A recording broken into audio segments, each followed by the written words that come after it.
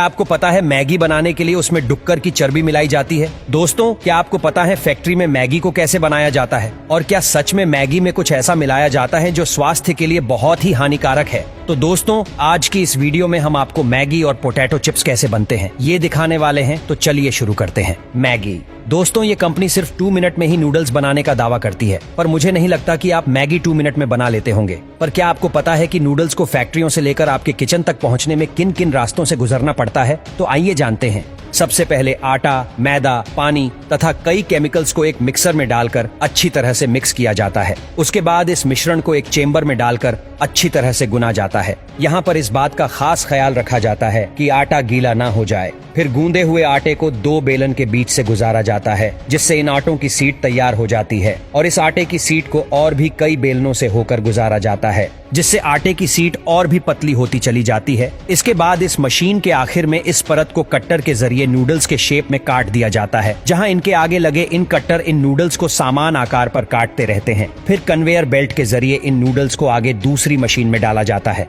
जहां पर लगे कट्टर इसे पैकेट में भरे जाने लायक लंबाई में बराबर हिस्सा में काट लिया जाता है। फिर नूडल्स सूख जाने के बाद प्लास्टिक के पैकेट में पैक करके इसे आपकी किचन में जाने के लिए मार्केट में भेज दिया जाता है। Potato chips. क्या आपने कभी ये सोचा है कि इन कंपनियों द्वारा बनाया गया पोटैटो चिप्स इतने सही और एक ही आकार से कैसे होते हैं?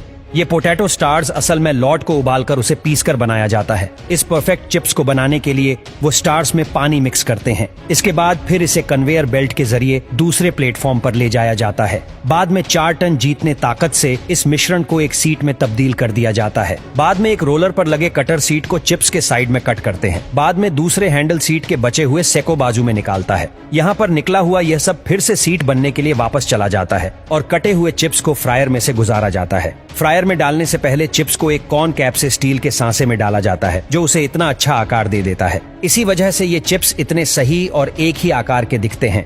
बाद में इन्हें एक कन्वेयर बेल्ट से दूसरे कन्वेयर बेल्ट पर डाला जाता है। उसके बाद आता है इसका सबसे जरूरी हिस्सा, जिसके कारण चिप्स का स्वाद इतना अच्छा आता है। कन्वेयर बेल्ट पर चलते हुए ही इस पर कंपनी अपना सीक्रेट मसाला छिड़क देती है। इसके बाद मशीन खुद ही इन्हें सही हिस्सों में बांटकर पैक कर देता है, और हर पैकेट में नाइट्रोजन गैस भी भरी जाती है, ताकि चिप्स हमेशा के लिए कुरकुरार रह सके। फिर इसे बिक्री के लिए मार्केट में भेज दिया जाता है। तो दोस्तों, आपको इन मेकिंग प्रोसेस में सबसे अच्छी प्रोसेस कौन सी लगी हमें कमेंट करके जरूर बताएं।